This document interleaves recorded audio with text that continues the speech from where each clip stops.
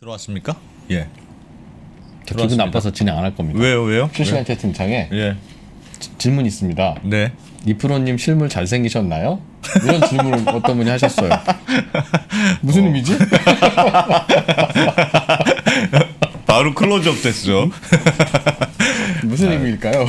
잘생겼다는 의미겠죠. 잘생겼다. 진행 안 해. 저 가도 돼요. 자, 포컨마스의 예. 최상욱 대표님 고맙습니다. 어서 오십시오. 네, 안녕하세요. 네. 네. 네, 불편한 부동산 뉴스를 일주일에 한 번씩 전달하는 최상욱입니다. 그 이상하게 부동산 하면 기분이 안 좋아져. 이상하게. 왜 그럴까요? 불편한 진실이 많거든요. 불편한 진실이 많아서 그런가요? 불편하거든요. 불편한 게 많아요, 진짜. 자, 오늘도 욕을 온몸으로 받아주실 네. 최 대표님. 예. 네. 하하하하. 자, 오늘 뉴스는 네. 어떤 내용입니까? 첫 번째 뉴스는 사진 좀 볼 수 있을까요? 네. 네, 이게 점에 제한 피한 수도권 아파트를 청약 쏠림이 심하고 서버도 마비됐다 이런 뉴스인데 이게 아시겠지만 분양가 상한제 규제하고 또 전매 제한이라는 그런 규제가 있는데 네. 오피스텔이나 도시형 생활시설 같은 경우에는 그러니까 도생 같은 경우에는 예. 분양가 상한제를 회피할 수가 있잖아요. 그렇죠. 그런데 100실 이하의 오피스텔 같은 경우에는 전매 제한 규제도 회피를 할 수가 있거든요. 그래서 사실 뭐 서울권에 지어지고 있는 오피스텔들은 네. 거의 다 99실 맞춰서 짓고 있는데 그 피하려고. 네네 전매 제한을 피할 수가 있어서 그렇게 하고 있는데 아, 네. 가장 그래요? 최근에도 분양을 했던 그 힐스테이트 과천 청사역이라는 그런 오피스텔 분양할 때 예. 이것도 100실 미만 오피스텔이었고 그래서 12만 5천 명 정도 되는 그런 청약 통장이 그 청약 신청을 했고 평균 경쟁률이 거의 1,300대 1 정도 나왔거든요. 어마어마하네요. 맞습니다. 어마어마하게 청약을 했고 어디요? 힐스테이트 과천 청사요? 청사역. 이거는 진짜 과천 청사역 거의 그냥 딱 붙어 있는 네, 네. 그런 오피스텔 단지이고 그리고 어저께도 그 신길 AK 푸르지오라고 해서 예. 신길 뉴타운 거의 약 한 가운데 정도에 중앙 정도에 거기도 오피스텔 분양을 했는데 그것도 지금 경쟁률이 나왔는데 또 비슷하게 1,300대 1 나와가지고 여기도 거기도 12만 5천 명 정도 어마어마하구나, 정말. 넣어서 네 그렇게 상당히 많은 그런 청약이 있었습니다. 싸요? 얼마쯤해요 저런 거? 지금 힐스테이트 같은 경우에는 네. 전용 85제곱미터고 저희가 얘기했던 아파트 평면 그대로 갖고 있어서 예. 25평 20평 정도 25평 아파트라고 생각하시면 거의 똑같고 예. 공급가액이 16억 약간 안 되는 가격이에요. 16억. 네. 와. 네. 분양가 상한제 미적용이기 때문에. 그렇고 그러니까 네네. 전매 제한이 없다는 게 최대 장점이네요. 네. 그리고 신길 AK 프루지오 같은 경우에는 전용 면적이 78제곱미터인데 이거는 저희로 환산하면 한 22평 정도 되겠죠? 22평? 21평? 22평 정도 되는데 음. 그거는 9억 원 후반 정도 돼요. 9억 7천 8천 이 정도에 분양을 했습니다. 그게 그 동네 아파트 값이라는 뜻이네요. 네, 뭐 그 그건 정도가. 22평 아파트는 없지만 환산하면은 그 정도보다도 약간 싸서. 네. 이런 건 어떤 분들이 주로 많이 청약하는 걸까요? 이게 그러니까 오피스텔도 원룸 오피스텔 같은 경우에는 수요가 많이 약해져서 예. 그리고 오피스텔을 주거로 보면서 예. 투자 수요도 많이 위축됐기 때문에 원룸형 오피스텔 같은 경우에는 상당히 가격 약세가 나오고 있는 사실인데 이런 아파트를 대체하는 형태의 네. 전용 예. 면적이 넓은 대형 중대형 오피스텔 같은 경우에는 가격 강세라고 말씀을 드렸고 그래서 투자 수요도 있고 실수요도 있고 다 짬뽕 됐다고 생각되지만은 예. 네. 근데 투자 수요도 좀 유난히 많이 들어갔다고 생각이 되고요. 예. 그리고 오피스텔 분양권 같은 경우에는 세금에서도 유리해요.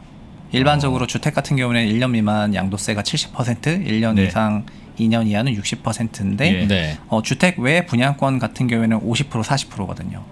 아. 사실상 주택으로 쓰는데도 불구하고 예, 어쨌든 이거는 준공되기 전까지는 주택인지 아닌지 모르고 비주택인 상황이니까 어쨌든 네. 오피스텔로 나오니까. 그럼 네. 분양권 상태에서 팔면 그렇다는 겁니까? 그렇죠. 전매가 되는 건데 네. 일단 분양권 상태에서 팔더라도 예. 세법상으로 주택의 양도세보다는 많이 유리한 거죠. 알겠습니다. 이 대출도 잘 나와요, 이런 건? 이것도 그 입주자 모집 공고에 예. 뭐 중도금 무이자 대출 5에서 60% 이렇게 다 나와 있어가지고 예. 그냥 네 분양권 대출은 문제 없다고 생각하시면 될 것 같습니다. 정부의 대출 규제나 이런 거 안 받는다는 겁니까? 아 그 DSR 계산 얘기 때문에 예. 얘기하신 건가요? 원래 DSR 계산에서 주택도 예. 중도금 대출은 빠지게 되어 있습니다. 네. 현행 DSR도. 근데 이거는 주택인지 아닌지 아직 몰라서 네, 더더욱 그러니까 중도금 대출은 그냥 빠지게 되어 있죠. 주택 중도금 네네. 대출도 심지어는 네네네. 해주는데 네. 그렇죠. 그렇지. 주택을 사는 게 잘못이지 다른 거는 네네. 그래서 그러니까 여러 가지를 봤을 때 유리하네요. 네, 많이 유리함에 뭐 이거는 직결체- 전매가 가능하니까 딱 당첨되는 그 순간부터 프리미엄이 얼마인지가 이제 동네 부동산에서는 결정되고 네. 그러면 당첨되면 프리미엄 붙으면 계약하고 넘기면 되는 거고 아니면 말면 되는 거고 네. 그런 예. 겁니까? 네 그런 걸 뭐 약간 번거로운 로또네요. 부동산 시장 용어로 뭐 소위 초피라고 하는데 네. 초반에 붙는 그런 프리미엄인데 아, 그렇게도 하실 수도 있죠. 극단적으로 말해가지고. 예.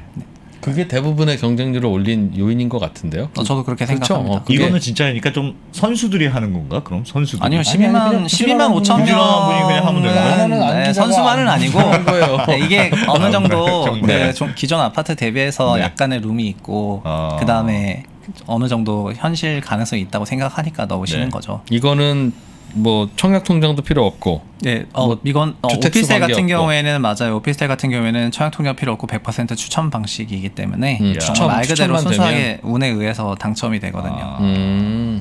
계약금은 무조건 내고 초피를 봐야 됩니까? 아니면 그냥 당첨만 되면 계약금은 나중에 내도 됩니까? 계약은 하셔야죠. 네. 계약금 내고 계약은 하셔야 되고 네. 그 다음에 분양권 전매 가능하십니다. 물론 그 전에 하는지는 저도 모르겠는데 네, 보통 계약했다가 피가 안 붙으면 어떻게 마이너스 피나 이런 게 붙으면 어떻게요? 계약했다가 마이너스 피가 나면요. 네. 네. 그러니까 그 분양권의 실거래가가요. 예. 그러니까 분양권의 시세가요. 그렇죠. 대개는 예. 이거는 뭐 그럴 수도 있죠. 그럴 수도 있는데 그 네. 리스크는 감당해야 돼요. 네, 그 낙찰 받으시는 당첨되시는 분이 그런 부분은 감당하셔야죠. 야, 당첨되는 그날 계약금을 넣는 것으로. 열심히 청약을 넣어야 되나요, 이런 거는? 네, 그러니까. 저희 금요일 예를 들면은 그 힐스테이트 과천청사역 같은 경우에는 내일 당첨자 발표예요. 내일이요? 네네. 예. 그래서 뭐라 그럴까?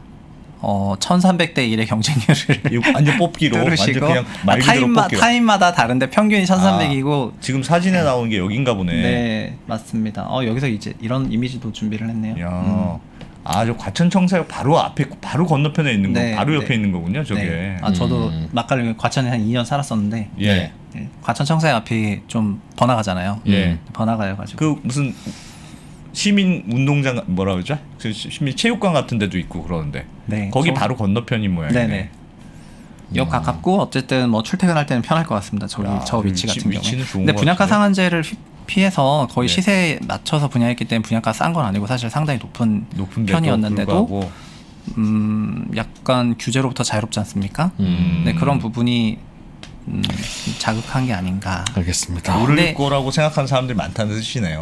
예. 이 근데 거와 뭐 관련돼서. 여기만 99실, 그러니까 100실 미만으로 공급했던 게 아니라 올해 네. 나왔던 다른 뭐 대부분의 지역의 오피스텔은 다 100실 이하로 공급을 했습니다.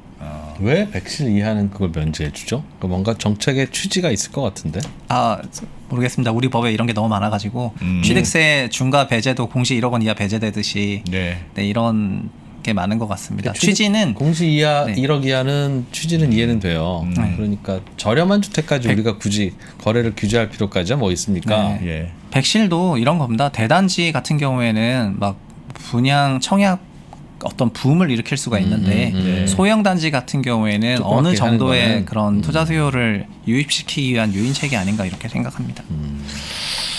그래요. 비슷해. 이게 그래서 저 규제라는 게 예. 개인적으로는 규제를 가능하면 안 하는 게 좋다는 생각을 하지만 예. 하려면 다 해야지 이렇게 안 하면 어느 것으로 쏠리잖아요. 예. 근데 쏠리는 건 당연한 건데 쏠리는 게 뭐가 문제냐면 이렇게 되면 다른 곳으로 갈 돈이 여기로만 가요. 그렇죠. 그러면 한 13억이면 살 수 있는 오피스텔을 16억, 17억, 18억을 만든다고요. 그렇죠. 규제를 다른 것을 하고 여기는 안 하기 때문에. 그러면 이게 무슨 문제를 일으키냐면 이게 18억 되는 게 문제가 아니라 다른 야, 것도 또 야 올라. 20평짜리 18억인데 이건 25평이면 20억 가야지. 그렇네. 가 되는 거예요. 이걸 13억으로 내버려 뒀으면 예. 이게 번지면서 그 다른 게 되는 건데 지금 서울 강남 지역에서 무슨 일이 벌어지냐면 예. 네. 강남 지역의 꽤 많은 부분을 이제는 그 토지거래 허가구역으로 묶어놨어요. 예. 여의도도 그렇고 뭐 네. 압구정동도 그렇고. 그 동네는 집값이 안 오릅니다. 근데 그 동네로 집값이 안 오르니까 왜 안 오르냐면 그쪽에는 이제 실수요만 들어갈 수 있으니까 네. 그게 없었으면 그 동네로도 들어갈 투자 수요가 이거 안 간 다른 동네로 가요. 그렇겠죠. 예를 들면 뭐 피해서 가는 거겠죠. 잠실동이나 예, 뭐 저 예. 역삼동으로 네. 가거나 예. 이런 식으로. 거기 아파트가 제한적이니까 그 아파트는 굉장히 많이 올라요. 그럼 이 아파트 올라간 게 그럼 여기만 오르고 마느냐 하면 저 가격을 보고 슬슬 여기로 올리기 시작하고 풀리는 순간 이 친구가 내려가는 게 아니라 네. 풀리는 순간 이 친구들이 올라가요. 네. 근데 올라가는 게 과도하게 올라가는 거예요. 왜냐하면 이 친구 올라간 게 괜히 올라간 거니까. 아. 그런데 시장이 그걸 받아들이나요? 그러니까 샘플 하나 만들어주는 거죠, 자꾸. 올라가는 샘플을 이 동네 집값은 이 정도야 라는 샘플을 만들어주는 거죠. 네. 그러니 규제를 맞죠. 그렇게 하다가 중간에 이렇게 뻥 만들어 놓으면 네. 아 그럼 할 거면 다 하지 그. 다 해야 되는 거고 다 네. 못할 규제라면 고민을 해야지. 야, 이 친구들만 얄미우니까 이 친구들만 해? 돌고 돌아서 이 친구들 돈 만들어주는 거니까 괜히. 아 화나네. 맞죠.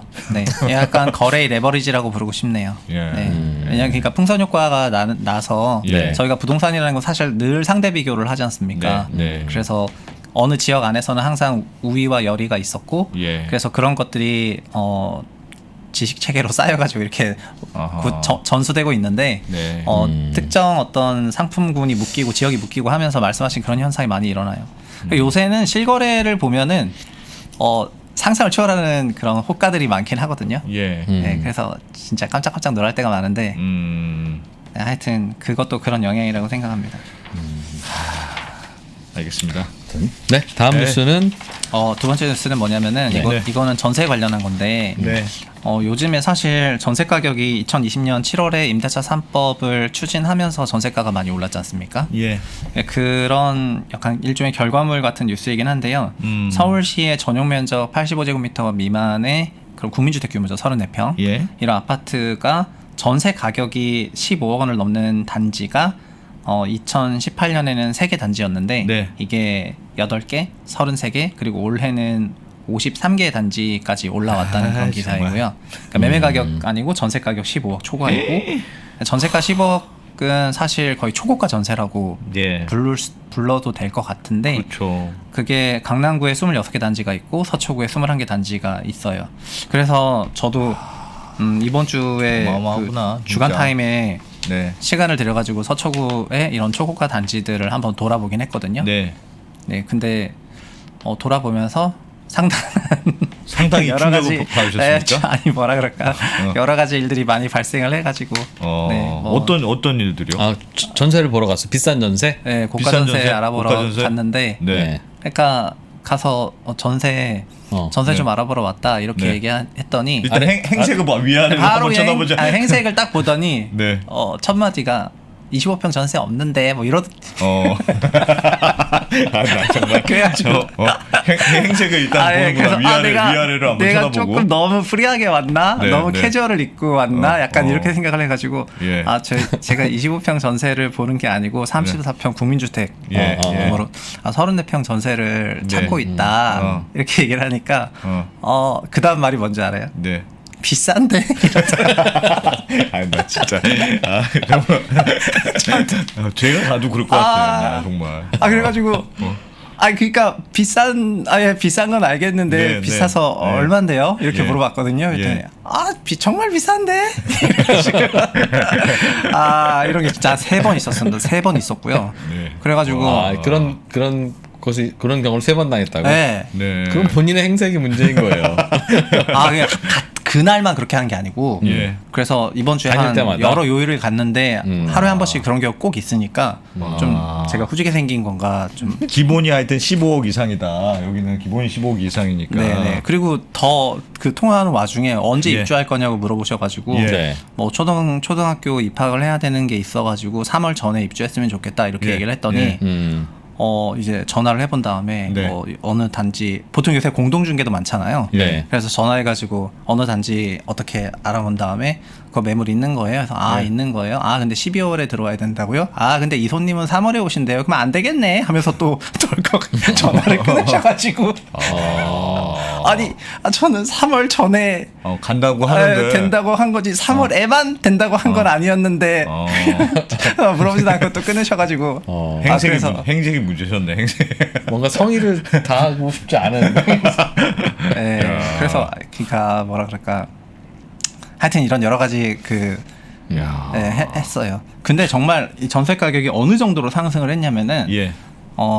저는 약간 서초구를 돌았다고 하니까 서초구에 21개고 강남구 26개니까 강남구도 똑같을 겁니다. 네. 근데 서초구 같은 경우에 예를 들면 작년에 입주한 아파트 예. 34평의 전세 가격이 11억 원이었어요. 작년에. 네. 근데 지금은 찾아가 보니까 전세 가격이 17억 아니면 18억 원 이 정도로 올라왔거든요. 1년 만에. 네네. 그렇게 되어 있어요. 그리고 올해 입주한 아파트가 하나가 있는데 그거는 전세가가 이제 첫 번째로 찍히는 거잖아요. 올해 네. 입주니까. 네. 근데 그 친구는 뭐 빈 걸 갔더니 종전실 거래는 전세가 18억이고 매물 나와 있는 건 19억 원이었는데 그래서 그 작년 입주한 그 단지 같은 경우에는 생각을 해보면은 작년에 전세가 11억이었어요. 예. 근데 지금 시세가 17, 18억에서 놀고 있어요. 예. 그러면은 내년에 갱신될 거잖아요.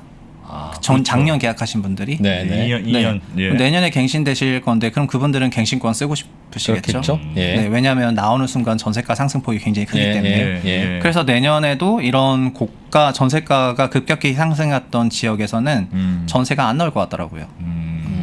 갱신권을 계속 쓰실 뭐, 거이기 그러겠죠. 때문에. 예, 맞아요. 예. 근데 저희가 평균적으로 학군지라고 하는 지역에는 전세 수요가 뭐랄까 좀 발생을 하잖아요. 예. 설령 뭐 애들의 그런 수가 이렇게 완만하게 감소한다 하더라도 네. 어느 정도의 학군 수요는 꾸준하게 발생하는데 지금 잠기는 거는 그거보다 훨씬 더 많이 잠길 것 같다는 생각이 많이 들어가지고 그래서 내년 하반기에도 작년 20년 7월부터 있었던 전세가 상승이 22년 7월에도 한번 충격을 줄 거라는 그런 생각이 들어서 매우 우울했습니다. 그러니까 올해 상승이 워낙 컸으니까 네. 올해 상승이 워낙 컸으면 내년에도 다들 그럴 것으로 예상이 되고. 예, 올해 가격이 이미 네. 전년 대비 거의 아까 사례를 놓고 보면 거의 예. 40-50% 이상 오른 거여가지고 그렇죠. 그래서 다들 갱신권을 쓸 생각을 하고 계신 것 같고요. 그리고 그럼 매물이 더 안 나와. 네, 맞아요. 매물 더 안 나와요. 근데 필요는 해요. 필요하기 때문에 고가로 전세 계약을 하게 되는 케이스가 많은 거죠. 일각에서는 그 전세 가격이 예. 이 임대차 3법 시작한 작년에는 꽤 많이 올랐는데 네. 왜냐하면 학군지 같은 경우에는 밖으로 안 나가시려고 하니까 네. 강제로라도 나가게 하기도 하고 나갈 수 있었던 분들이 그냥 계속 눌러 사는 게 나은 상황이 돼버렸으니 네. 새로 들어올 분들은 뭐 난리 나는 거죠. 그런데 내년에는 이제 내년이죠? 네, 내년에는 내년이죠. 그분들이 이제 2년차 되는 거라서 네. 그분들은 나갈 것이다. 어디를요? 그분 어디를 나가요? 지난번에 작년에 네. 그 계약갱신 청구권 쓰신 분들은 예. 네. 그분들이 나갈 때 그런 물량이 굉장히 많다. 작년에 안 나간 분들이 내년에 나갈 거 아니겠어요. 나가게 하겠죠. 왜냐하면 계속 그 가격에 전세를 놓지 않고 올리려고 할 테니까. 네. 그래서 전세 매물이 많을 거다 내년에는 본격적으로 그런 말씀하시는 분들 네, 근데 내년은 있던데요. 그래서 현 네. 임차인들은 내년에 다들 갱신권을 쓰고 싶어 하실 것 같아요. 최근에 새로 들어오신 분들은 네네.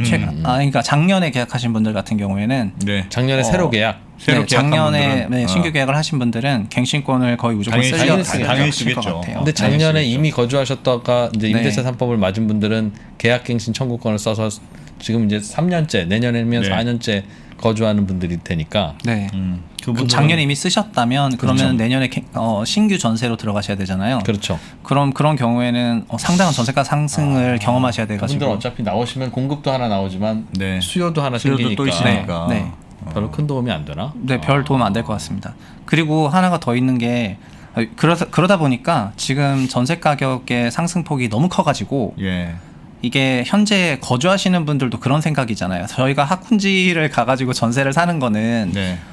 말 그대로 학군 관련해서 여러 가지 출근도 그렇고 좀 세팅이 되어 있고 네, 거기서 장기 거주를 생각해서 하는 건데 네. 전세가의 급격한 상승으로 인해서 임대인은 임차인을 교체하고 싶어 하죠. 음. 네. 그렇기 때문에 그 압력이 느껴지거든요. 교체하고 싶어 한다는 그런 압력 같은 게. 예. 그래서 임차인의 주거 안정성이 엄청 떨어져요. 고가 전세인데. 그러니까 11억 원도 11억 원도 고가 전세이고 17억 원도 고가 전세인데 네. 그 고가 전세인데도 불구하고 주거 안정성이 상당히 떨어진달까? 그래도 실제 시세는 그거보다 더 고가니까 그렇죠. 예를 들면은 지금이 아까 예시로 든 서쪽 뭐 17억 전세라고 한다면 11억에 계약하신 분들도 작년 기준으로 굉장히 비싼 가격에 그렇겠죠. 전세 예약을 하신 건데 지금 이렇게 높아져 버렸기 때문에 또 자기가 또 교체될 수도 있다는 그런 압박을 느껴야 되잖아요. 그러니까는 고가 전세를 사시는 분들이 또 구매력이 없어서 그런 것도 아니긴 하거든요. 그래서 이런 것들 역시 뭐라 그럴까 주택 취득에 대한 그런 압력으로 많이 이어질 만한 환경인 것 같아요. 이게 좋지 못한 부분 중에 하나죠. 고가 전세도 그래서 사실 고가 전세 받으시는 분이 전세 대출을 받거나 전세 대출 같은 게 보통 그 한계도 있고 보증에 대한 그런 기준도 있거든요. 주인공 주도보는 이건 뭐 다음 뉴스에서 얘기하려고 했지만 그런 것도 있는데 그게 아니라 그 구매력이 어느 정도 있는 분이 주거 안정성 때문에 이 동네를 더 사야 된다고 생각하면 살 수도 있을 것 같아요. 그리고 한 꼭지가 더 있는데 저희가 서울시에 있는 자금조달 계획서를 분석을 했을 때 처분소득도 많고 그러니까 처분소득도 있고 전세를 끼고 집을 산다 이런 식으로 얘기를 했지 않습니까? 실제로 고가 전세가 있는 지역에 전세 끼고 집을 사시는 경우가 일반적이긴 했습니다. 그러니까 전세 뭐 16억짜리가 나와 있는데 가면은 그분은 전세 끼고 집을 사신 거죠. 전세 끼고 집을 사셔가지고 이 전세금을 받아서 레버리지를 하실 그런 생각이다 보니까는 그래서 거기에 전세로 들어가는 그런 입장에서 어떤 생각도 드냐면은 그러면 이 매수인은 주택의 매수인은 전세 끼고 이 집을 샀으니까 굉장히 안 들어올 수도 있겠다 이런 생각도 반대로 그 고가 전세이면 고가 전세일 수도 그런 생각이 또 들더라고요. 왜요? 그 집에 거주를 실제로 하시려면은 부채를 일으키셔야 되고 그 많은 전세금을 다 내줘야 되니 맞아요. 이 정도 고가 전세를 내놓는 분은 다시 그 집에 다시 들어가기는 쉽지 않을 그래서 것이다. 좀 반대로 고가 전세이면 고가 전세일수록 주거 안정성이 높아져요. 야 정말 예전부터 그건 그랬었던 것 같네요. 뭐 지금도 원래 그랬었는데 근데 이거는 초고가 주택 시장에 있는 일이긴 한데 다른 지역에서도 이런 사실 비슷한 일이 벌어지긴 합니다. 근데 이제 이런 부분에서 가계대출 관련 정책이 제가 굉장히 비판 포인트가 있는 게 있는데 집을 살 때 결국은 현금 흐름이 그 사람의 그런 걸 다 대변하는데 제가 종종 기업이랑 비유해가지고 가게도 영업 흐름이 있고 재무 흐름이 있고 또 투자활동 현금 흐름이 있다. 영업 현금 흐름은 저희가 나가서 일해서 근로소득 같은 걸 벌어들이는 거. 재무활동 현금 흐름은 은행에서 대출료 같은 걸 빌려가지고 신용대출 빌리고 주담대 빌리고 이런 대출에 관련된 게 재무활동 현금 흐름이고요. 그리고 투자활동 현금이라는 거는 이거는 처분소득이 있는 사람들이 주로 있는 거죠. 집이 있거나 주식이 있어서 팔았는데 그런 처분소득이 있으면 투자활동 현금 흐름이 있는 거고 자금조달계획서가 보여준 부분은 뭐였어요? 지금 현재 기준으로 서울에서 주택을 사시는 분들은 처분소득이 큰 사람들이 집을 산다는 거잖아요. 그리고 기존에 집 팔아서 기존에 집 팔아서 사는 사람이 그러니까 소득의 그 분위에서 영업 현금 흐름이나 재무 현금 흐름보다는 처분 소득이 좀 주택을 구매하는 어떤 핵심 인자 중에 하나라는 거가 되는 건데 그럼 반대로 처분 소득이 없는 경우에는 그러니까 정말 새로 제로 투 원으로 집을 신규로 사셔야 되는 분들 같은 경우에는 재무활동 현금 흐름 즉 부채를 일으켜야 되잖아요. 그렇죠. 근데 부채를 일으켜야 되는데 지금 부채가 가계부채 관련 여러 가지 정책이랑 DSR이랑 이런 걸로 인해 가지고 부채를 쉽사리 일으키지 못하는 그런 상황이기 때문에 이 주택을 같이 사야 되는 그런 입장에서도 한쪽은 뭐 이런 대출 정책으로부터 상대적으로 자유롭고 한쪽은 굉장히 노출이 많이 되어 있다 보니까 진짜 말이야. 그래서 이런 부분이 불만으로 충분히 표시가 될 만한 거 아닌가 이렇게 생각이 되는. 어떻게 생각해요? 진짜 불만이죠. 아니 왜냐하면 그래서 집업 이게 그렇잖아요. 부동산 가격이 올라가도 그렇고 대출 규제를 하는 것도 그렇고 가장 타격을 받는 사람은 집이 없는 사람들인 것 같아요. 그리고 그래서 실제로 그냥 이거는 뭐 제 건너 지인의 사례인데 그분은 경기도 외곽에 살고 계세요. 작년에 34평 기준으로 거기가 한 매매가는 6억대 후반이었고 전세가는 4억 원 정도 됐었던 것 같아요. 그래서 매매 전세 갭이 2억 5천 정도 됐었고 6억 후반일 때도 작년에 아시겠지만 2020년에 경기도 주택 가격이 굉장히 상승을 했잖아요. 예. 그래서 그 전년도랑 비교하면 꽤 많이 상승했기 때문에 살지 말지 고민을 하셨던 분이세요. 그러니까 그러면 집을 사게 되면은 주담대를 일으켜서 샀을 거 아니에요. 네. 주담대를 일으켜서 살까 말까 좀 고민을 하다가 대출 규모가 적진 않으니까 사실 몇 억이라는 금액이 적은 돈은 아니어서 그런 부담 때문에 좀 고민을 하다가 올해가 정도 되니까 그 주택이 거의 이제 9억대로 치솟았고요. 그리고 전세도 같이 따라 올라가지고 전세도 거의 6억 원대, 6억 중후반까지 가서 여전히 갭은 2.5에서 3억 사이이고 예. 근데 이제 그 정도 가격까지 되니까 대출 규제하고 이런 부분으로 인해서 집을 대출 끼고 집을 사기 어려운 상황이 됐죠. 그러니까 자연스럽게 그냥 부모님 댁에 거주하면서 본인이 전세 끼고 집을 사놓는 그런 선택을 고민하게 되더라고요. 그러니까는 대출을 일으켜서 집을 사는 사람들은 주택 가격을 예민하게 생각을 하잖아요. 그럼요. 왜냐하면 결국 LTV라는 게 가격 베이스로 네. 받을 수가 있는 거기 때문에 네. 가격 그리고 되게 예민하게 하는데 전세 끼고 집을 사게 되는 경우에는 매매 전세 갭 가격에 포커싱을 하게 되거든요. 네. 매매 전세 갭이 자기가 가용하는 현금 흐름을 결정해 주는 거고 자기가 살 수 있는 대상을 결정해 주는 거잖아요. 결국 매매가보다 매매 전세 갭에 신경을 쓴다는 거가 가격을 올릴 수 있다. 네, 굉장히 다른 포인트거든요. 그러니까 대출 끼고 집 살 때는 매매가를 굉장히 예민하게 신경을 쓰게 되어 있습니다. 예. 그렇지만 전세 끼고 집 살 때는 물론 매매가 신경 쓰지만 가용 현금 흐름상 갭 가격에 더 신경 쓰니까. 그렇죠. 네, 그러니까 자연스럽게 갭 좁은 데로 자연스럽게 가고 이런 것들이 조금 투자스럽게 나오기도 하거든요. 이렇게 제도가 만들어져 가고 있다고 생각합니다. 여러 가지 뭐 문제가 있죠. 알겠습니다. 말씀하세요. 왜요? 왜요? 갑자기 아니 말을 아끼고 그러세요? 그리고 이 월세로 전환하는 트렌드도 갔더니 찾아볼 수가 있었는데 네. 그러니까는 이거는 34평대가 아니라 40평대 대형 정말 초고가 전세였었는데 네. 가서 보니까는 그렇더라고요. 40평대인데 매매가는 잘 모르겠고 전세 예. 가격이 21억 원 정도 되는 21억 원 정도 됐는데 예. 그거를 어떻게 하시냐면은 11억 원 플러스 아니 12억 원 플러스 뭐 한 250만 원 이런 식으로 계산을 하고 계세요. 네. 그래가지고 그거를 딱 듣자마자 예. 그러면 작년 전세는 12억 원이었냐? 이렇게 물어봤더니 작년 전세 정확히 12억 원이었다고. 그래서 그 상승분만큼 다 월세로 돌려가지고 와. 이렇게 받으려고 하신다. 그래서 그러면은 전세가 1년에 그만큼 오른 거잖아요. 예. 그러니까 대형평 전세는 더 올랐더라고요. 그래가지고 그런 부분이 그러니까 지금 월세로 전환하는 부분은 전세가 상승 부분을 요즘 다 월세로 돌리고 하는 경우가 많이 계시는데 세입자 교체하면서 아니면 기존 세입자는 억셉트 안 할 텐데. 네, 기존 세입자 바꾸면서요. 바꾸면서? 그러니까 왜냐하면 바꾸면서 기존 올리는 세입자한테는 기존 세입자의 전세금만 돌려주면 되잖아요. 예. 그러니까는 종전 임차인에게 새로운 그 임차인 보증금만큼 받으면서? 돌려주고 신규 임차인한테는 그 보증금 돌려준 거의 윗부분은 그냥 어차피 다 전세로 돌리면은 월세로 돌리면 되니까 그렇게 전환을 많이 하십니다. 세입자가 그냥 이사갈 사정이 있었나 보네요. 계약갱신 청구 안 하고. 그래서 대출을 규제하면 집값이 잡힐 수 있으면 뭐 좋은데 그러니까 저는 가만히 생각해 보면 그러니까 그런 제도를 바꿔서 집값을 잡을 수 있으면 세계 모든 나라가 제도 바꿔서 집값 잡죠. 뭐가 문제겠어요. 그게 항상 문제죠. 대출을 안 해주니까 요즘 어떤 고민이 드냐면 네. 원래 1주택자는 그 이제 매물이 나와도 어차피 자기 집을 또 살려고 할 테니까 큰 도움은 안 되지만 네.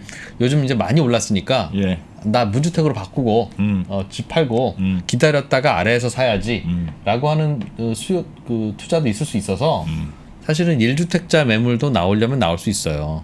그리고 1주택자는 양도세가 가볍기 때문에 지금 상황에서는 1주택자 매물이 좀 나와주는 게 너무 많이 올랐으니까 위에서 팔고 좀 내려가면 난 밑에서 다시 잡아보겠다. 네. 근데 그 매물이 대출이 이렇게 규제가 되면 안 나옵니다. 이제 집 파는 순간 이제 대출 받아서 집을 살 수 있는 방법이 없는 없으니까. 거예요. 그렇죠. 기존 대출은 많지만 새로 대출 받은 부분이 적으면 이거는 계산 다시 하게 되는 거죠. 그리고 다주택자들도 내년쯤 돼서 양도세가 이제 좀 바뀌고 하면 뭐 매물이 나오더라도 예. 2주택 있다가 이제 1주택 만들고 나서 다시 2주택이 될 수가 없겠구나. 대출 문제 때문에. 네, 그렇죠. 예, 이런 느낌이 네. 들면 그냥 갖고 있는 쪽으로 선택하는. 그래서 대출 규제가 이게 과연 매물을 늘리는 건가? 매수는 물론 좀 줄일 수는 있겠죠. 네, 매수는 여러 번 대출 규제 때 말씀드렸는데 네. 타겟 그 주택 가액을 낮출 겁니다. 예. 대출로 인해 가지고. 네. 그래서 예를 들면 6억 원 이하 이런 아니면 뭐 3억 원 이하 이런 식으로 중저가 일반 주택들 중심으로 그 매수풀이 갈 수밖에 없고요. 예. 네. 그게 아까 그 이프로님 얘기하셨던 이것도 일종의 풍선 효과이긴 하거든요. 예. 어차피 레버리지가 많이 나오는 쪽으로 갈 테니까요. 그리고 그래서 제가 좀 여러 가지 소스를 돌려보니까 예.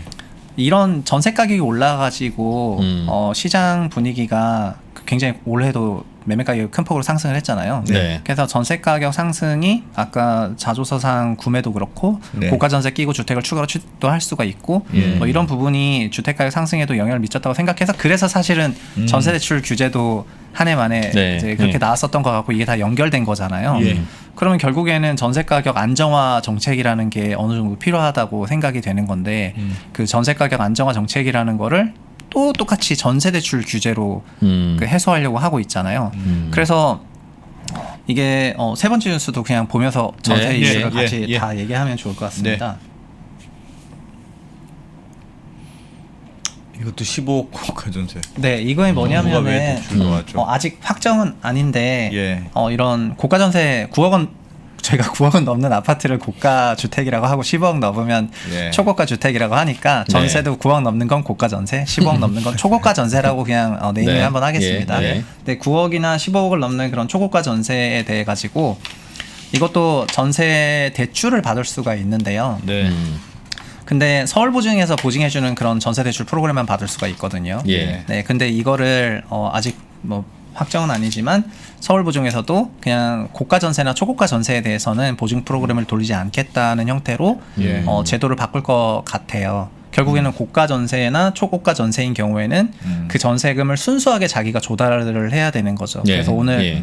제가 이번 주에 돌아다녔던 그런 지역에서 네. 고가나 초고가 전세로 들어가시는 분들은 다 자기가 조달해야 되고 그래서 저도 그런 질문 또 받았거든요.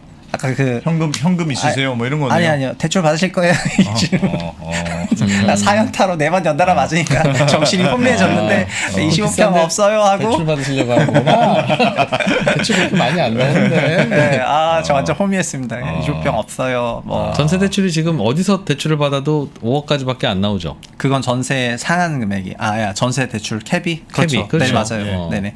그거는 유지가 되는데 그건 똑같아요. 어차피 전세- 5억밖에 안 나오는 네. 전세인데 뭐 네. 17억 전세 이거 큰 영향을 받겠어요? 네, 그래서 고가 전세에는 늘 여러 가지 꼬리표들이 있는데 고가 전세에도 그것도 이제 돈이 많은 사람이니까 뭐 좀 뭘 때려야 된다, 세금 때려야 된다 이런 말부터 시작해서 이제는 대출 규제. 그럼 저 기사에서는 여러 가지 영향들을 그러면 이제 생각을 한번 해볼게요. 고가나 초고가 전세에 대출 규제를 한다면은 고가나 초고가 전세가격이 그럼 내려올까? 예.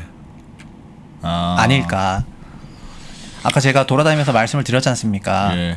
근데 물론 영향이 있긴 있을 겁니다. 예. 뭐 전세금이라는 그 고가 초고가 전세금이 수년금이나 마찬가지이기 때문에 이제는 엄청난 부담인 건 맞는데 근데 그걸로 인해서 전세가 상승이 멈추겠느냐 그거에 대해서 진짜 퀘스천 마크가 들더라고요. 뭐 그러나 뭐 모르겠어요. 부작용은 없지 않을까요? 저건 전세 부작용? 대출을 막는 건 네. 초고가 전세 대출을 막는 건 저게 뭐 효과가 그렇게 있겠느냐 별로 없을 것 같긴 해요. 네. 그러나 제가 다른 대출 규제는 오히려 부작용 일으켜서 지금 집값 더 올립니다. 네. 그런 말씀을 드렸는데 네. 저 고가 전세 대출 안 해주는 건 부작용은 없을 것 같은데요. 그냥 돈 되시는 분들은 자기 돈으로 들어가는 거고 들어가시고 네. 못 되시는 분들은 못 들어가는 네. 거니까 전세금을 약간이라도 낮추면 낮추지 난 그러니까- 요즘 정책 중에 부작용만 없으면 일단 오케이예요. 오케이 나. 근데 아마 월세 전환을 좀 하실 겁니다. 아까의 사례처럼. 네, 그러니까 전세 금액의 증액만큼이나 신규 전세를 받을 때 어차피 서로 다 네. 그걸 어느 정도 알 수밖에 없어가지고 그리고 임대인 입장에서 종전 임차인의 전세금만큼만 있다면 그 윗부분에 대해서는 여유로 그 선택이 있는 거지 않습니까? 예, 추가 예. 전세금을 더 받거나 아니면 월세를 받거나 선택지가 있는데 월세 전환을 하시겠죠. 왜냐하면 그 상승폭도 적지 않고 뭐 그렇게 되지 않을까 싶습니다. 그래서 전세 가격을 더 위로 밀어 올려 가지고 그 전세금 갭 투자를 하니까 뭐 그런 생각보다는 이제 그렇게 바뀔 것 같고요. 근데 이것도 아직 할지 말지 확정은 아닙니다. 네. 그래서 뭐 여러 가지 논의가 있는 것 같습니다. 오늘도 막 그런 모처에서 이런 거 알리고 회의를 했던 것 같고 예. 시장 전문가들 의견을 받아가지고 막 토론을 했었던 것 같더라고요. 네. 고가 전세를 대출해줄 거냐 안 해줄 거냐. 네, 그래서 그러면 전세 시장 안정화를 위해 가지고 예. 이게 타이밍이 임대차 3법 추진하는 과정에 작년 하반기부터 전세가가 좀 상승을 했잖아요. 예. 그래서 전세 문제 해결이 결국 전세 공급이라는 것도 어느 정도 다들 공감을 하실 건데, 근데 반대로 임대차 3법 때문에 이게 이런 현상이 좀 나타났으니까 임대차 3법을 그럼 좀 원복해야 되는 게 아니냐, 약간 이런 생각들도 많이 있는 것 같은데, 네. 근데 최근에 보면은 매매 가격에 대해서는 여러 그 각 대선 후보들의 네. 그런 여러 매매 부분에 대해서는 생각들이 다들 있으신 것 같긴 한데 예. 이 전세 부분에 대해서는 생각들이 아직은 많지 않다고 생각이 돼요. 그래서 전세가 안정을 위한 그런 형태의 정책들이 아직 좀 안 나오고 있다는 거, 그렇게 보이는 거, 그런 부분이 있는 것 같습니다. 어떻게 해야 돼요? 그럼 어떻게 해야 됩니까? 근데 이것도 네. 제가 부작용은 없을 것 같지 않습니까? 라는 네. 말씀을 드렸는데 네. 속으로는 걱정되는 포인트는 하나 있어요. 예. 왜 나는 이런 생각이 자꾸 자동으로 드는지 모르겠어요. 근데 무슨 생각인데요? 무슨 생각? 국회로 가는 생각인가요? 나쁜 생각이지 뭐. 국회로 가는 생각. 나쁜 생각. 시간 있으니까 말씀드려야지. 네. 고가 전세를 네. 대출을 안 해주면 네. 고가 전세는 전세값이 덜 오르겠죠. 그렇겠죠. 그러나 이제 조금 부담은 느끼겠지. 최상욱 대표님 말씀처럼 예. 예를 들면 전세 20억이 갈게 예. 보증금이 모자라니까 네. 예를 들면 15억에 월세 200만 원 뭐 네. 이렇게 될 거라고요. 네. 예. 그죠? 예. 그게 사실은 전세 20억이랑 비슷한 상황인데 그런 거죠. 15억에 월세 200으로 될 거라고요. 네. 그러면 어떤 집은 전세가 20억이고 그러니까 전세 20억, 전세 20억, 전세 20억일 이 상황이 전세 20억, 15억에 200, 15억에 200 이렇게 될 거라고요. 그렇게 되겠죠. 이 집 세 개가 이제 매물로 나온다고 가정을 해봅시다. 전세 20억, 전세 20억, 전세 20억 이렇게 나온 집이 매물로 나오면 네. 예를 들면 실제로 예를 들면 집값은 30억이라고 쳐보죠. 네. 예. 요거는 갭 10억만 있으면 살 수 있잖아요. 예. 그렇죠. 그러니까 그런 상황인데 전세 20억이 아니라 15억에 200, 15억에 200이면 네. 10억이 필요하다. 네. 15억이 필요해요. 네. 그러네요. 그럼 수요자 입장에서는 이거는 매물이 나와도 못 사는 매물이라고요. 대출도 안 나오니까 캐시 15억이 있어야 되는 거니까. 예. 예. 그럼 수요자들은 어디로 몰리냐? 20억에 몰린다. 하나밖에 없는 전세 20억 끼고 사는 그 갭 10억만 있으면 살 수 있는 이 주택으로 수요가 몰린다고요. 수요자 예. 3명이. 예. 예전 같으면 공급 3명에 수요자 3명이 각각 몰렸으니까 예. 집값이 그리 많이 안 오를 텐데 이제는 수요자 3명이 살 수 있는 집은 한 집밖에 없는 거예요. 예. 사실상. 예. 대출 규제와 고가 전세로 인한 월세화 때문에.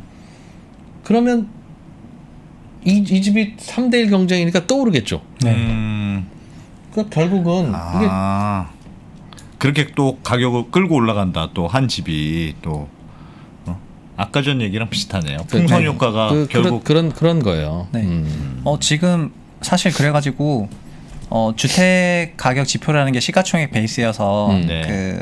모든 주택의 평균 가격이 올라갔다는 걸 전제하는 게 아니고 실거래가 기준으로 올라간 상승폭만큼 시총이 증가하는 그런 형태로 잡히게 되는데, 네. 근데 거래량은 줄었는데 상승률이 높게 나온다는 거는 그 개별 건의 시총 상승폭이 매우 크다는 거잖아요. 네. 그 실제로 실거래 찍히는 거 보면 말씀하신 것처럼 많이 실거래가 되는 건 아니지만 고가 주택으로 갈수록 그 실거래 상승폭 자체는 정말 높아요. 그래서 진짜 깜짝깜짝 놀랄 때가 많아요. 그래서 그게 또 어떤 파급 효과가 있냐면은 예. 이 서울 모처에는 그런 대단지 아파트만 있는 게 아니라 진짜 동네마다 그런 것들이 있는데 300가구 이하, 100가구 이하 그런 아파트들도 다 나홀로동 아파트들도 많이 있거든요. 그래서 몇 년 만에 뜨문뜨문 거래되는 것들이 있는데 뭐 한 3년 전에 3년 전에 거기도 비싼 지역이어가지고 한 네. 13억에 거래가 됐다고 쳐볼게요. 3년 전에. 예. 지금 이제 첫 번째 거래가 돼야지 되니까 호가를 내놔야 되잖아요. 그럼 호가를 얼마에 내놓느냐면은 곱하기 3으로 내놔요. 호가를? 39억 원 정도에. 네. 대형평이어가지고. 그리고 작년에 17억에 거래가 됐는데 올해 지금 이거 다 네이버 매물에 떠 있는 호가를 보고 예, 그냥 예. 말씀드리는 건 어차피 호가긴 하니까요. 예. 근데 그러면은 얼마에 거래가 돼야 되냐면은 호가를 좀 놀라지 마십시오. 네. 그게 60평대 아파트여가지고 51억에 내놔요. 17억에 거래가 되던 거를. 그리고 작년 거래가보다? 네. 부산에도 있는데 부산 같은 데도 가시면은 그 해운대구나 그런 데를 가면은 거기도 좀 고가 지역이 있는데 네. 거기도 실거래가 작년 기준으로 음. 뭐 한 7억 5천 찍혔어요. 예. 대형평 아파트가. 예. 네. 지금 호가 매물창 보면 전부 21억 찍혀 있거든요. 왜 그래요? 도대체 왜 그러는 아니, 거예요? 그러면 작년에 대형 네. 평형이 7억 5천에 거래됐는데 네. 실거래가 그랬는데 올해 국민주택이나 그 정도는 얼마에 거래됐습니까? 당연히 그 작년 대형주택 거래 가격보다 높은 가격에 거래가 됐는데 그렇겠죠. 그러니까 그러니까 당연히 그런데 아, 그래도 너무 이게 세배예요, 그러니까 거래 이렇게. 사례가 적은 단지일수록 거래 사례가 저희가 거래 사례가 시장 가격 컨셉 자체가 그런 거지 않습니까? 예, 예. 여러 사람이 비슷하게 생각을 합리적으로 생각했을 때 서로 네. 매수 매도가 맞아졌을 때 시장 가격이 만들어지는 거고 네. 그리고 반복적으로 반복될수록 시장 가격의 시장성이 올라가는 건데 네. 지금 같은 경우에는 지역마다 차별은 있는데 그 한 동짜리 건물들은 뜨문뜨문 거래가 되고 그러니까 그 뜨문뜨문 거래가 되는 거가 갖고 있는 대표성이 매우 커졌는데 그 가격이라는 게 어쨌든 지금 이제 거래가 된 건 아니지 않습니까? 그렇죠. 그렇게 한쪽에서 비드를 한 거지. 예. 근데 그런 게 어떻게 비드하는 근거가 아까 이 프로님 말씀하신 것처럼 옆단지, 옆단지, 이 동네 가격들 이런 거를 전제해가지고 상대평가해가지고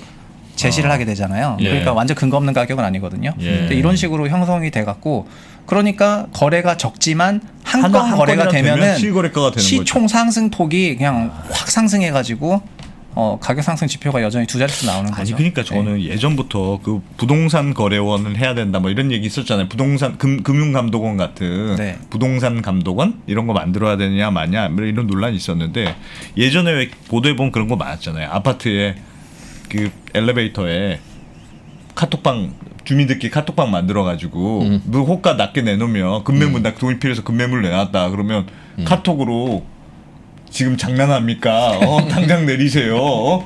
그래가지고 우리 그 가격 호가 내리는 분을 척결합시다. 뭐 이런 거 붙여놓고 그랬다는데. 그러니까 그런 사례 부동산이라는 많았어요. 게 네. 예를 들면 네. 이게 주식이라는 건 그래도 뭔가 거래가 되니까 시장에 막 거래가 되면서 어느 정도의 시장 가격을 찾아가는 기능이 있는데 네.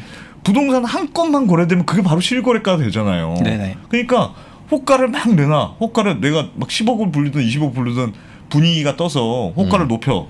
그럼 설마 누가 사겠어 하는데 외지인이 와서 예를 들면 중국인이라고 해봐요. 중국인이 와서 싸네.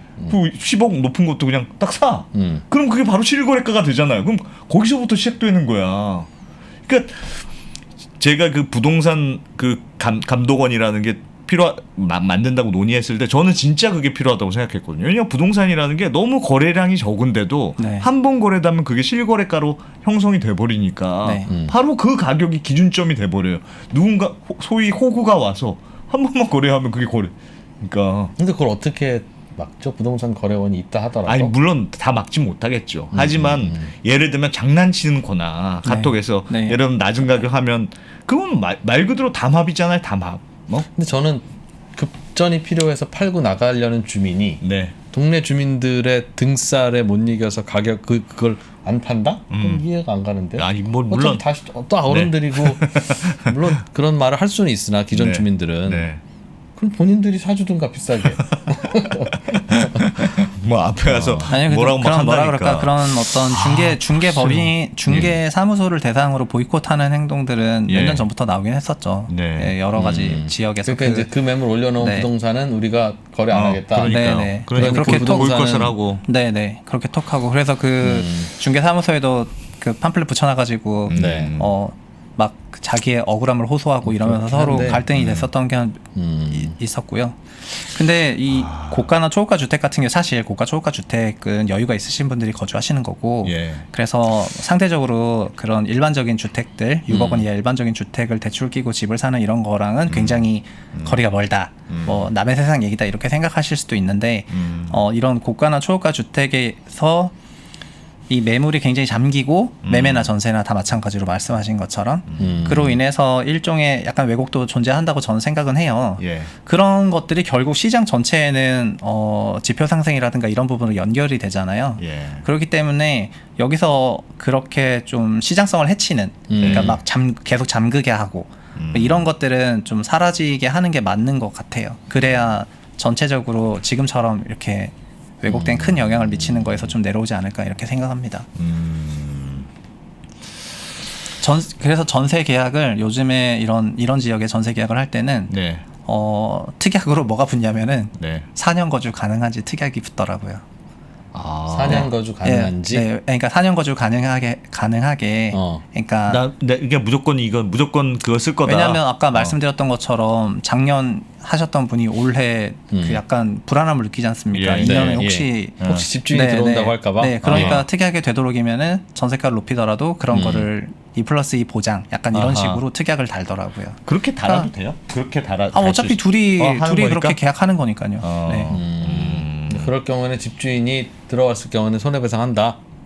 뭐 그 손배 금액까지 다는지는 모르겠는데 예. 그런 거를 서로 어쨌든 합의를 하고 그런 식으로 처리를 하는 분위기가 요즘 조금 생긴 것 같습니다. 네. 여기 슈퍼스타 밖에 보시고 막 제가 이런 오픈 스튜디오 좋네요. 야. 오픈 스튜디오 좋네요. 아유, 이제 뭐 아까 전에 1% 잘생긴 거 맞아요가 한 번에 풀렸어요. 한 번에 풀렸어요. 아주 사회 찍고 난리 네, 났네요. 네. 그럼 거꾸로 생각했을 때 임대차용 임차용 물건도 비슷하다고 생각하는데 네. 유통 물량이 많을수록 시장성이 나오고 예. 그 가격 안정화라든가 아니면 가격의 시장화 이런 게 더 추구가 되는 건 맞잖아요. 네. 근데 이렇게 4년 특약이 계속 걸리면은 이 물건은 4년 후에 나와요. 그러네요. 네. 그럼 또 매물이 잠기고. 근데 또 4년 동안 계속 잠기는 그러니까 4년 사이클이 매년 돌아가면은 그러니까 4년 차부터는 상관없는데 네. 그게 2년 사이클을 4년 사이클로 바꾸는 그 전환기는 그냥 그 매물 잠김이 존재하게 되는 거거든요. 그러니까 네. 또 왜곡이 발생할 만한 환경이 되는 거죠. 어떻게 해야 됩니까? 그럼 전세 가격 어떻게 하면 될까요? 저는 그래서 그냥 전세도 전세 순 공급을 많이 하는 게 저 전세 때문에 저도 맞다고 너무 생각합니다. 괴로워. 그냥 네. 집을 사? 많이 공급하는 게 답이고요. 네. 그런데 그걸 나라에서 공급을 해줄 자신이 있으면 네. 이 모든 규제 다 오케이예요. 어. 근데 나라에서 공급을 못 하잖아요. 네. 그러면 민간이 공급을 해야 되는데 민간은 공급을 할 때 이익이 되고 남을 위해서 사회 이바지하기 위해서 집 만들어 파는 사람이 어디 있습니까? 너도 나도 이 집을 사면 네. 돈이 될 거라는 생각이 들 때 집을 사려고 하고 그런 사람들로 들끓으면 업자들이 공급을 하겠죠. 그렇겠죠. 그런데 업자들이 공급을 하려고 하는데 분양가 상한제니 혹은 뭐 저 재건축 초과이익 환수니 이러니 공급이 안 되죠. 그러니까 모르겠어요. 그러니까 집을 가진 사람이 돈을 못 벌게 하려고 정책을 만들면 네. 역설적으로 그 사람은 돈을 벌 수밖에 없는 결과가 돼요. 그러니까 그걸 어떻게 하겠어요, 그거를. 거의 명언 제조기시네요. 네. 그래서 많은 나라에서도 부동산 가격 오르면 정권이 흔들립니다. 그럼에도 불구하고 대책을 만드는 거 보면 우리나라 대책이 가장 복잡하고 다른 나라 대책들은 심플해요. 그냥 공급을 많이 어떻게 하면 늘린다. 늘릴 수 있지? 공급을 늘리려면 이 업자한테 무슨 인센티브를 줘서 홀리면 이 녀석이 집을 많이 집어서 줄까? 팔까? 그런 거죠.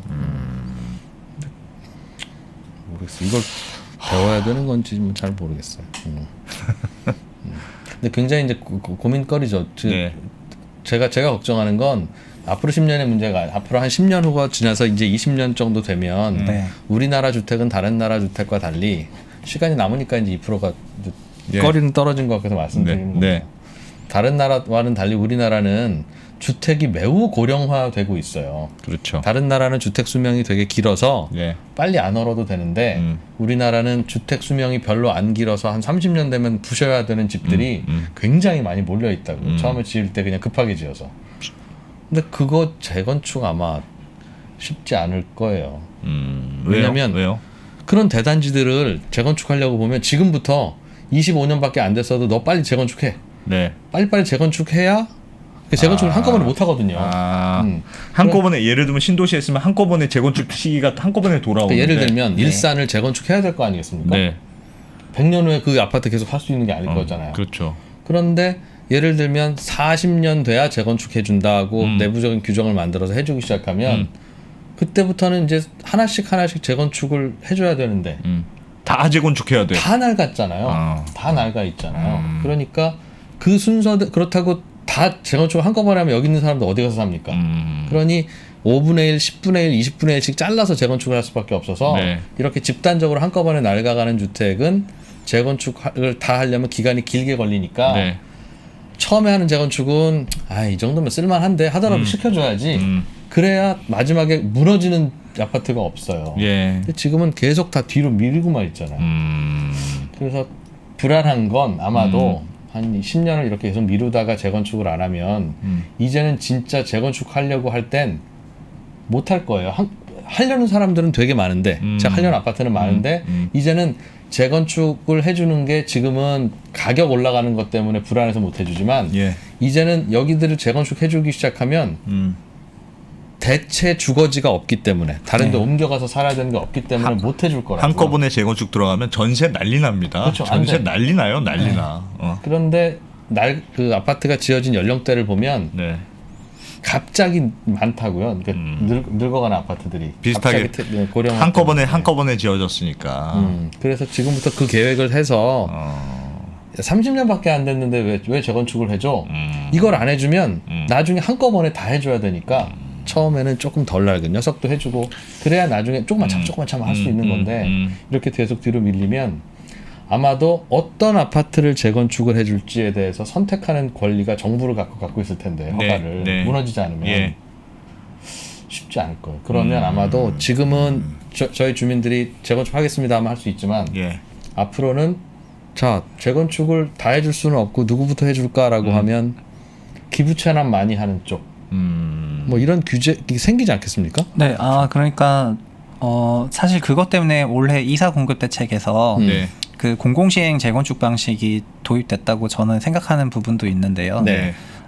시행 사업의 주체는 조합이고, 예. 그래서 관할 구청은 인허가권자로서 개입을 하잖아요. 예. 그런데 말씀하신 것처럼 10년 후에 정비 사업을 예상을 해보면은 신도시 지역의 중공년도 비슷한 단지들이 동시다발적으로 재건축을 해야 될 그런 상황이 오기 때문에 그래서 그런 부분에서 그럼 선착순으로 하느냐 답이 없죠. 부터 시작해서 하다 보니까 그리고 동시에 이주 수요가 발생했을 때에 대한 솔루션도 없고요. 그래서 공공시행이 그 공공시행 방식을 도입하겠다는 컨셉 자체가 그거를 약간 뭐라 그럴까 좀 늘려드리는 동시 네, 동시에 우리 안 민간 하게 방식으로 하겠다 그나마. 공공시행 방식으로 하겠다 해서 좀 늘리는 방식도 있는 것 같고 네. 그런 형태로 도입을 한 것 같고 또 전부 다 공공시행 방식으로 한다고 하면 공공에서 로테이션 순서를 정해주겠죠. 그런 맥락에서 그럴 도입이 거예요. 된 거라고 보고 그러면 있어요. 아마도 네. 기부 체납 많이 해야 지금은 정부가 야, 재건축 초과이익 환수야 라고 하면 아직 몇 년 버티지 뭐 아파트 안 무너지니까 다음 정권 때 보자 네. 라고 할 수 네. 있는데 네. 이게 계속 밀려서 진짜 낡아가면 저 재건축 초과이익 환수 다 당해도 좋으니까 재건축 한번 하게 해주세요. 선착순이니까 네. 그렇게 될 거라고요. 구조적으로. 네. 그래서 저는 지금 요즘에 한 30년 차 다 돼가는 재건축은 아직 대상은 아니지만 꽤 많이 낡아간 아파트들 중에 특히 외곽에 있는 아파트들은 네. 사실 사는 거 불안해요, 솔직히. 그러니까 가격의 오름세의 문제가 아니라 길게 예. 보면 예. 저거 재건축 제대로 할 수 있을까? 하는 것 때문에. 그리고 재건축이라고 하는 건 조합원이 동의를 해야 되는데 매우 심플한 게 아파트 가격은 이렇게 계속 올라가잖아요. 올라갈 때는 조합원들은 동의하는데 정부가 재건축 못하게. 네. 그렇죠. 올라가니까. 내려가기 시작하면 이젠 정부는 오케이 재건축해. 사람들 동의를 안 해. 조합원들 동의를 안 해요. 그렇죠. 이게 아파트가 다 지어진 3년 후에 집값이 얼마나 떨어져 있을지 알겠어요? 이 그렇지. 분양이 그렇지. 되겠어? 이게 그래서 재건축은 그 나라에서 계획을 잡고 의무적으로 이게 하지 않으면 올라갈 때는 나라에서 금지해서 못하고 내려올 때는 주민들이 동의 안 해서 못하고 그럼 언제 해요 그러면? 그래서 지금 재건축이 되는 아파트들을 보면 되게 신기한 거예요 사실은. 현재 그러니까 재건축 같은 경우에는 초과익 환수제라는 그런 강력한 규제가 17년도 말에 예. 시행이 됐잖아요. 예. 그래서 그 전까지 관리처분인가 신청을 한 경우에는 제초안으로부터 열애가 되고 그 이후부터는 재건축 초과익 환수제의 영향을 다 받게 되어 있는데 그래서 현재까지도 공급하는 그런 아파트들 뭐 분양가 상한제 뭐 그런 것 때문에 공급 시점이 늦춰지고 막 이런 것들 사실 다 뜯어보면은 제초안 안 받는 단지들이 다 대부분이거든요. 그렇죠. 네, 그리고 실제로 규제가 적용되기 시작한 시점부터는 이렇게 빨리 올라오는 그런 건 더딘 편이죠. 그래서 근데 재건축 같은 경우에는 재개발과 달리 이미 입지 환경이 좋은 상황에서 주거만 새로 짓는 거고 네, 그래서 개발이 클 수밖에 없다 보니까 네. 구조적으로 예. 재개발은 여러 가지 도시 기반 시설을 지어줘야지 되는데 재건축은 그걸 안 해도 되기 때문에 그래서 초과이익 환수에 대한 어떤 그런 명분화 이런 것들이 존재하긴 하는데 막상 그거가 적용이 되니까 어쨌든 좀 속도가 안 올라가고 이런 부분은 예. 존재한 거죠. 근데 저는 개인적으로는 항상 그 주장해왔던 게 정비사 풀어주면은 네. 결국에는 멸실이 늘어나고 멸실 늘어나는 와중에 전세는 또 빠지고 전세 공급이 감소하고 자연스럽게 전세에 대한 그런 수요는 가격이 올라가겠죠. 상조하는 거고 올라가겠죠. 결국 또 전세가격이 올라가고 그래서 준공될 때 뭐 잠시나마 준공 효과로 인해서 전세 가격이 안정됐던 기간이 조금 있었을진 모르겠지만 결국 준공되고 나서 2년만 지나더라도 신축 주택이 준공된 건데 주거 퀄리티가 높고 전세는 그 지역에 거주하는 주거 비용의 그 결국에는 사용권 가치잖아요. 그렇죠. 네. 그렇죠. 그런데 새 집에 대한 사용권 가치가 구축에 대한 사용권 가치보다 낮다는 거는 말이 안 좀 되지. 말이 안 되고 결국 자연스럽게 전세가 상승으로 2년 후에는 이어지거든요. 그래서 정비 사업이 활성화되면 될수록 결국에는 전세가 상승 그리고 이런 것들이 반복되어 왔던 그런 패턴들이 있어가지고 정비 사업에 대해서 지속적인 그런 규제를 하는 것 같습니다. 예. 그렇죠. 근데 그렇죠. 규제를 이게 그 고민이 뭐냐면 지금까지는 아파트를 한 채를 부시고 새로 지으면 예. 두 채가 나왔어요. 과거에는. 그렇죠. 5층짜리 아파트를 했으니까. 그렇지. 근데 그런데 지금 꽉 차 있는데요, 뭐. 지금은 두 채를 부수면 세 채가 나와요. 그 시절도 이제 지나가고 있어요. 예. 아마 네 채를 부시니까 다섯 채 나오는 게 아마 요즘 걸 거예요. 이제 곧. 네. 네 채를 부셔도 네 채를 홍콩처럼 높여. 그러니까 아파트는 분명히 네. 공급을 해서 네 채를 공급했는데 새 아파트를 네. 몇 년 전과 비교해 보면 별로 늘어난 게 집이 없어. 한참 늘어나는 거예요. 그러면 어떻게 해야 돼요? 어쩔 수 없어요. 빽빽하게. 어쩔 수 없어요. 굉장히 예전에 비해서 너 왜 이렇게 재건축 많이 하니? 그 집 다 어떻게 하려고? 그런 느낌이 그런 들 느낌이 정도로 들 정도로 계속 하지 않으면 늘어나질 않는다. 늘어나지 않는다는 거예요. 그러니까 그걸 똑같은 걸 해석하기에 이러니까 열심히 재건축해야 됩니다. 결국 네. 안 할 수 없지 않습니까? 네. 미래 30년 후의 정부, 20년 후의 정부가 떠안아야 될 거니까 라고 생각할 수도 있고 이제 최상욱 대표님처럼 그래 거 봐라 네 채를 부셔도 다섯 채밖에 안 나오는 이거를 어떻게 하겠니? 해봐야 표도 안 나니까 가능하면 안 하려고 하는 것이다 하는 것도 같은 얘기죠. 네. 안 할 수 있나요 낡은 아파트를? 그러니까 자꾸 새 아파트 프리미엄이 도대체 어떻게 봐도 새 아파트는 공급될 가능성이 적은 거예요. 이러니까. 네. 제 생각에는 네. 아까 실시간 채팅창에도 올라왔는데 저도 보고 이 싶습니다. 프로를 국회가 아니고 총리로 되자. 이제 좀 올라갔어 이제 국회 가지고는 안 되겠다. 알죠. 총리는 국회의원도 다 그래서 좀 더 기관이야. 있으면 대선 출마도 나올 것 같아. 이제 총리까지 나왔습니다. 2%를 총리로. 역시 뭐 그 제가 볼 때 네. 저를 초청해가지고 초대해서 예. 이 부동산 백프리즘을 계속 하다 보면은 네. 계속 올라가 계속 이 프로님이 되실 것 같아요. 자기 비건 확보하시고 그리고 이런 여러 굉장히 전문가 풀로부터 뭔가 그 바디 오브 날리지가 다 그 체계화 돼가지고 되실 것 같아요. 네. 그냥 수없이 주워들은 거에 집합체입니다. 뭐가 있겠어요. 그냥 수없이 주워들은. 대선까지 이거 대선 오늘 넘어가면 안 됩니다. 대선까지 네. 지금 대선 국면인데 수없이 주워들은.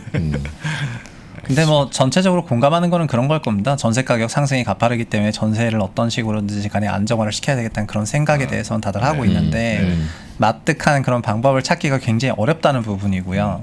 왜냐하면 전세 가격은 항상 매매가에 비해서는 관심을 덜 받아왔거든요. 다들 이제 매매가만 신경 쓰다 보니까 좀 관심을 덜 받아왔고 그리고 그 여러 가지 정책들이라는 게 전부 다 매매 시장과 관련한 그런 집을 많이 공급을 하자 막 약간 이런 형태의 정책들이 많이 있고 전세를 어떻게 풀지에 대해서는 그냥 금융기관 사이드 쪽에서 가격차가 많이 늘어나다 보니까 그리고 매매 자금 조달계에 있어서 전세 키우고 집 사는 게 많아가지고 전세를 좀 잡긴 잡아야 되겠다 이런 생각해서 아까 15억 초과나 9억 초과 고가나 초고가 전세에 대해서도 대출을 좀 시작하면은 전세가 상승이 억제가 되지 않을까 뭐 그리고 막 이런 형태로 금융 쪽인 정책들을 조금 내고 있는 거잖아요. 그래서 만약에 매매 시장에 대해서도 정말 순수하게 공급적인 측면에서 솔루션을 찾겠다고 생각을 해봤다면은 전세도 정말로 순전세 공급만을 하는 이런 형태의 정책들이 좀 백업해서 나와주는 게 맞지 않나 싶어요. 알겠습니다. 이제 시간이 다 흘렀네.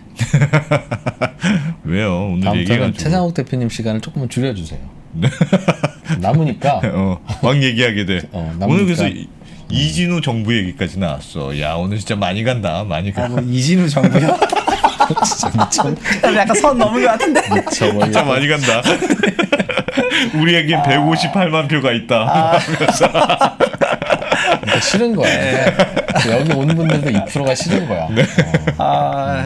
정말 좋아한다면 2%님은 안 됩니다. 저희랑 방송에서 계속 만나셔야 되기 때문에 절대 안 됩니다 했을 텐데. 네, 이건 새로운 방식으로 매기는 거고. 그렇죠. 매기는 거죠. 웃긴다.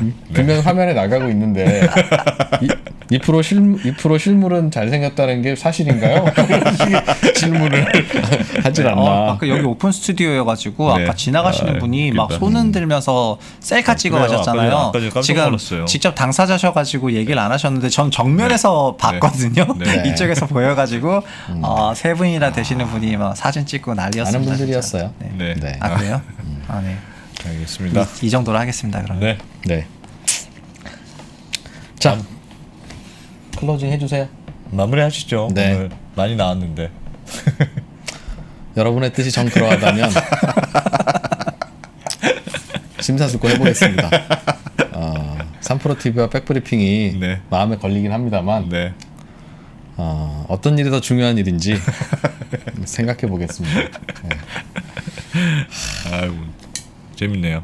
다시는 좋습니다. 이 땅에 저 같은 불행한 방송인이 나와서는 안 된다. 인사하시죠. 포커마스의 최상욱 대표였습니다. 네, 고맙습니다. 감사합니다. 고맙습니다. 선택을 더 고민해야 돼요. 이유는 옵션이 늘었기 때문에. 그래서 선택에 대한 부분들을 하기 위해서는 뭐가 필요하냐면 그만큼의 지식이 요구됩니다. 즉 디코딩을 위한 날리지가 요구돼요. TMI죠. 계속 정보가 오고 있는 거예요. 뭐 하나 살려고 그러면 두려워집니다. 공부를 해야 되거든요. 계속 공부해야 돼요. 공부하세요. 레버니 업으로 가셔야 돼요. 레버니 업으로 가면 내가 배제되지 않습니다. 3프로TV 채널의 공개 영상에서는 전달할 수 없었던 심화되고 체계적인 12개의 핵심 커리큘럼을 담았습니다. 또한 작년에 많은 분들이 좋아해 주셨던 3프로TV를 빛낸 투자 전문가들의 자필 투자 덕담과 격언이 들어간 3프로TV 다이어리와 함께 2022년도 잘 준비하시기 바라겠습니다.